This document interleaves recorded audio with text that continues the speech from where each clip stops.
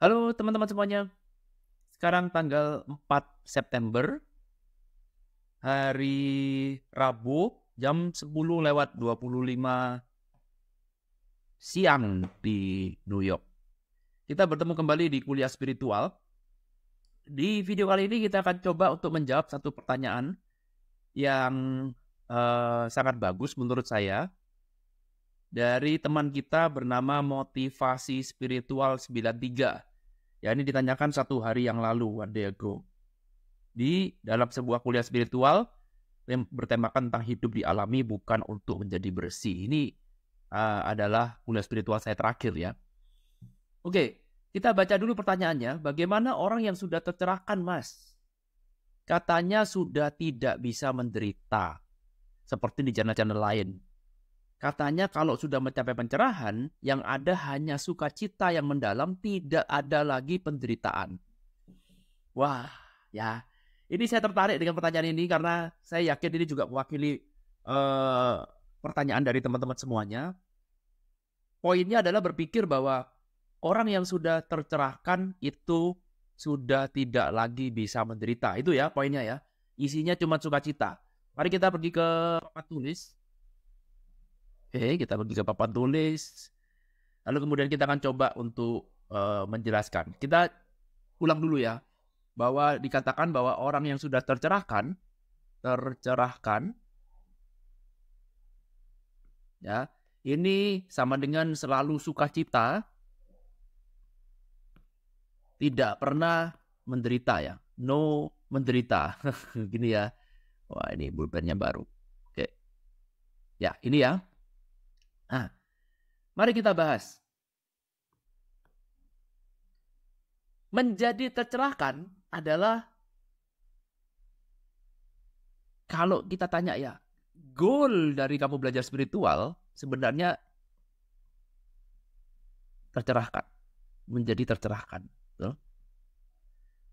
Ini kan, seringkali kalau ditanya belajar spiritual supaya apa? Supaya tercerahkan, Pak.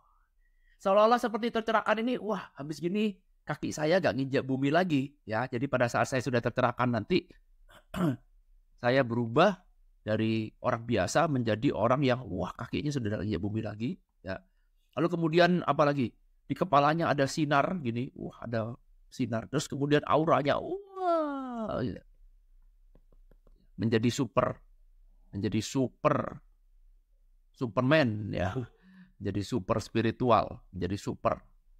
Gini, ini adalah sebuah pemikiran yang menurut saya kurang tepat, menurut saya ya. Nah, kenapa kok bisa seperti itu? Dasar berpikirnya adalah hukum polaritas. Bahwa di dunia ini kita tuh ada hukum-hukum yang berlaku yang terlepas kamu mau percaya atau nggak percaya, hukum ini akan tetap ada. Salah satu hukum yang tetap berlaku adalah hukum polaritas. Oke. Hukum polaritas mengatakan bahwa segala sesuatu hanya akan ada, eksis, ada, kalau ada sisi positif dan sisi negatifnya. Ambil contoh misalkan. Contoh misalkan seperti siang dan malam. Tentu ya, tentu sederhana, siang dan malam. Oke, kalau siang ada, berarti malam pasti ada. Kalau malam ada, berarti siang pasti ada. Oke. Jadi nggak mungkin ada sebuah kondisi di mana siang-siang terus, malam-malam terus. Nggak bisa. Oke. Sama seperti musim panas dan musim dingin. Musim ya. Ada musim panas, ada musim dingin. Oke, ada saatnya. Kalau di Indonesia ada musim kemarau, ada musim penghujan, gitu ya. Oke. Semuanya datang silih berganti, ini semuanya tuh saling melengkapi sebagai satu paket. Jadi balik lagi, syarat supaya ini bisa ada, eksis, ada. Maka syaratnya adalah kamu harus punya dua kutub yang berbeda, positif dan negatif. Demikian juga dengan hidup, sama juga. Jadi kalau hidup itu selalu ada sisi positif, ada sisi negatif. Manusia, ya ada nggak manusia itu? Oh ada. Berarti kalau dia ada, pasti ada sisi positifnya, ada sisi negatifnya. Ada keberuntungan, ya kalau kita ngomong ada hoki, ada sial. Nggak bisa orang itu hoki terus atau sial terus, nggak bisa. Tapi pikiran kita bilang ada Pak. Ya. Karena perhatikan sekali lagi cara kita melihat dunia, ini matanya ya. Cara kita melihat dunia di sini berdasarkan pikiran kamu. Persepsi dari pikiran. Pikiran hendak menciptakan hukum baru. Karena kalau ditanya pikiran, oke, kamu pilih mana? Pilih beruntung atau pilih sial?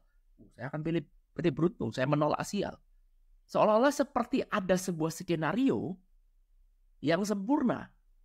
Apa artinya skenario yang sempurna?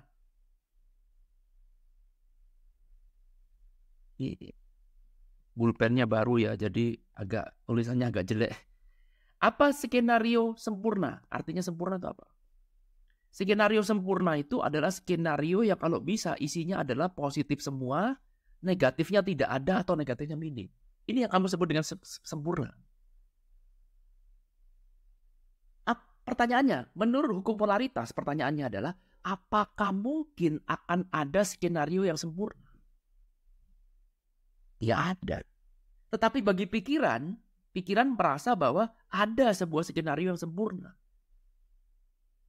Karena itu setiap kali kita ulang tahun, kita ditanya, maunya apa? Harapan, maunya panjang umur. Seberapa lama panjangnya? Wah, selama-lamanya. Wow. Ketika ulang tahun kita tanya, semoga sehat selalu. Pokoknya sehat terus, sehat terus. Gak pernah sakit, sehat terus. Apa mungkin ada skenario orang hidup sehat terus? Gak pernah sakit. Suatu saat ya pasti kita sakit. Masuk angin, kayak batuk, kayak apalah. Ya, kan gak ada sebuah skenario sehat terus. Gak mungkin. Kita mau bikin satu skenario bahagia selamanya. Kebanyakan nonton dongeng-dongeng ketika kita sedang anak-anak dulu. Dongeng Cinderella. Cinderella bertemu dengan pangeran lalu kemudian bahagia, happily ever after. Bahagia sekarang dan selama-lamanya. Oh yes. Mana ada? Oke. Tidak ada sebuah skenario di mana isinya bahagia terus, gak pernah menderita. Oke. Paham ya? Itu namanya hukum polaritas. Nah, balik lagi ke sekarang arti tentang tercerahkan. Orang yang tercerahkan itu artinya adalah orang yang bisa menerima. Perhatikan kalimatnya.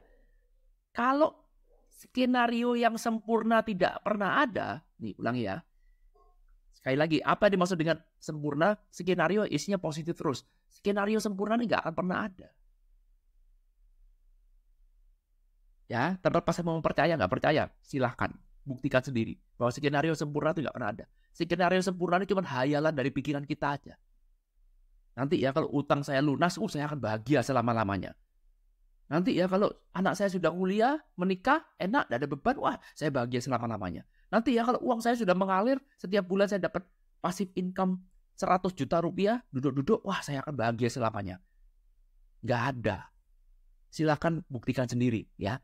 Skenario sempurna tidak pernah ada karena setiap kesempurnaan pasti akan ditemani dengan ketidaksempurnaan. Ya. Kesempurnaan itu sendiri ketika ada sisi positif dan sisi negatifnya. Kalau skenario sempurna versi pikiran positif terus itu tidak pernah ada, maka buat apa kita itu mendesain sebuah skenario yang sempurna? Kalau skenario yang sempurna tidak pernah ada, maka tidak ada hal yang tersisa selain kita menerima keadaan kita sekarang. Apapun kondisi hidup kamu sekarang ya ada plus, ada minusnya. Ya itulah hidup kamu. Itulah hidup saya. Jangan di-compare. Setiap orang punya cerita sendiri, punya hidup sendiri, punya perjalanan sendiri. Ya itu hidup-hidup saya. Oke? Nah, saya terhadap hidup saya, nggak ada hal lain yang bisa dilakukan kecuali menerima. Dengan segala plus dan minusnya. Nah, itulah arti dari tercerahkan. Tercerahkan itu artinya kita menerima bahwa hidup saya ada plus, ada minus. Kita merangkul keduanya sebagai satu kesatuan yang utuh, di mana kita tahu supaya hidup saya bisa ada, memang begini syaratnya, harus ada positif, harus ada negatif. Itu yang disebut dengan tercerahkan. Tercerahkan itu berarti menerima status kita sebagai manusia yang memang begini. Ada positif, ada negatif, kita merangkul semuanya. Tetapi kalau tadi kita ngomong tercerahkan, kita tidak pernah sedih, bahagia terus, sukacita terus, itu menurut saya kurang tepat karena seolah-olah kamu pro dengan yang positif, anti dengan yang negatif. Kalau kamu lakukan itu, maka kamu akan menderita secara otomatis. Kenapa? Karena tidak mungkin bisa ada positif kalau tidak ada negatif. Demikian juga sebaliknya. Positif dan negatif adalah satu kesatuan yang utuh. Maka ini semua harus kita terima juga secara utuh, secara total. Pikiran kita kan nggak bisa begitu. Ya, pikiran kita itu selalu mengcompare. Seolah-olah ada skenario lain, seolah-olah hidup orang lain lebih indah, lebih sempurna daripada saya. Enak ya Bill Gates ya, uangnya banyak. Tiap hari santai-santai, gak punya masalah uang. Kamu pikir Bill Gates gak punya masalah? Kamu pikir Bill Gates tidak stres, tidak depresi? Tidak punya challenge dalam hidupnya? Iya, kelihatannya aja karena kamu tidak tinggal sama dia. Coba kamu tinggal sama dia. Mungkin dia uring-uringan, mungkin dia marah-marah, mungkin dia gak bisa tidur malam, harus minum obat tidur, obat penenang. Mungkin dia mikir A, mikir B supaya tetap kaya. Semua orang punya challenge. Benar? Semua orang punya hidup yang sama, yaitu isinya adalah plus dan minus. Kamu dikurangi di sini, ada plusnya. Tapi pikiran ini hanya melihat, yang bagus, apalagi sekarang zaman sosial media, ya kan? Zaman sosial media sekarang yang ditonjolkan cuma yang bagus-bagus, seolah-olah seperti, wah orang ini happy terus, bahagia terus. Apa iya seperti itu? Nggak mungkin. Apa mungkin ada skenario seperti itu? Gak mungkin. Kalaupun ada, itu cuma settingan, itu cuma film, itu cuma konten yang seolah-olah seperti ada hidup yang bahagia terus, yang happy terus, gitu kan? Ya, balik lagi ke yang tercerahkan. Itulah definisi dari tercerahkan. Jadi kebanyakan orang berpikir tercerahkan itu seperti saya akan bisa lari dari keadaan saya sekarang. Ada sebuah keadaan yang lebih baik daripada keadaan saya sekarang. Bukan itu. Tercerahkan adalah ketika kamu sekarang mau menerima dirimu yang saat ini, apapun kondisimu, secara utuh dan total. Itu namanya tercerahkan. Oke? Bisa dipahami ya? Jadi bukan jadi Superman ya. Karena kalau jadi Superman seperti ini, wah hebat.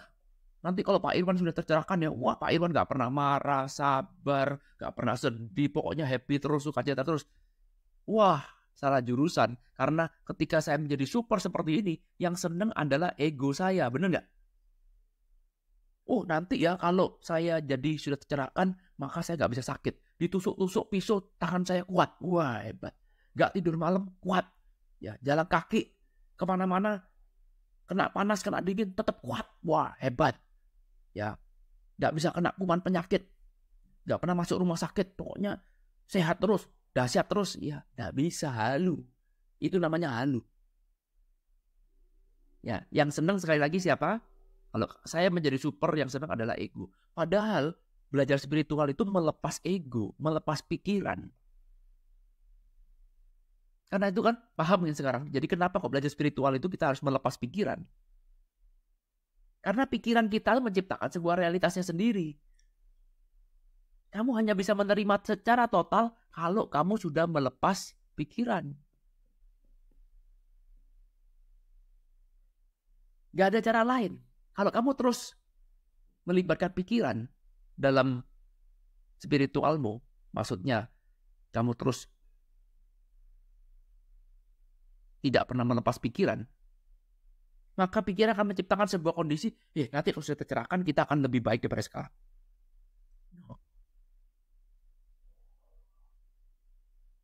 Coba lepas pikiranmu, kamu akan bisa menerima. Karena yang tidak terima itu adalah pikiran.